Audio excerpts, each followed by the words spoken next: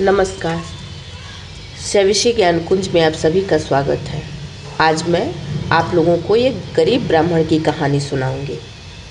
एक गरीब ब्राह्मण अपनी 4 पुत्रियों के साथ रहता था। बड़ी मुश्किल से वह अपने परिवार का भरण पोषण कर पाता था। दिन भर भिक्षा मांगता था, तब जाकर कहीं एक समय का खाना उसके घर में बन पाता था। एक दिन उसे पूरियां खाने की बहुत इच्छा हुई, पर वह अपने घर के सभी सदस्यों को पूड़ियाँ नहीं खिला सकता था।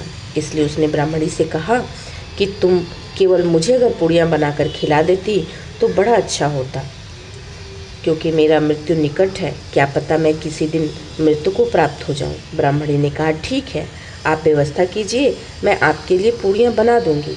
पुत्रियों की तो अभी बहुत उम्र है, वो कभी और खा लेंगे।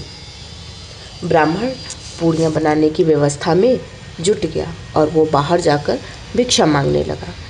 देर रात तक वो भिक्षा मांगता रहा। जब वापस घर आया तो देखा घर के सभी सदस्य सो रहे हैं, लेकिन ब्राह्मणी जग रही थी। वो ब्राह्मण का इंतजार कर रही थी। उठ करके ब्राह्मणी जैसे ही रसोई में गई रसोई साफ करने के लिए, उनकी बड़ी पुत्री जग गई और बोली, माँ, आप काम क्यों कर रही हैं? लाइए मैं रसोई साफ कर देती हूँ। ब्राह्मणी ने सोचा, कोई बात नहीं, एक ही पुत्री तो जगी है, एक पूड़ी इसे भी खिला देंगे।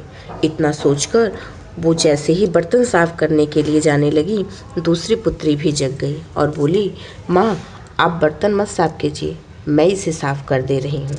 इस प्रकार से एक एक करके सभी पुत्रियाँ जग गईं।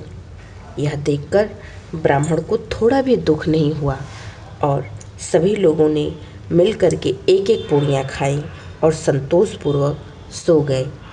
इसीलिए कहा गया है कि संतोष ही सुख का मूल मंत्र है। इस कहानी से भी हमें यही शिक्षा मिलती है कि संतोष रखकर ही अपना जीवन यापन करना चाहिए।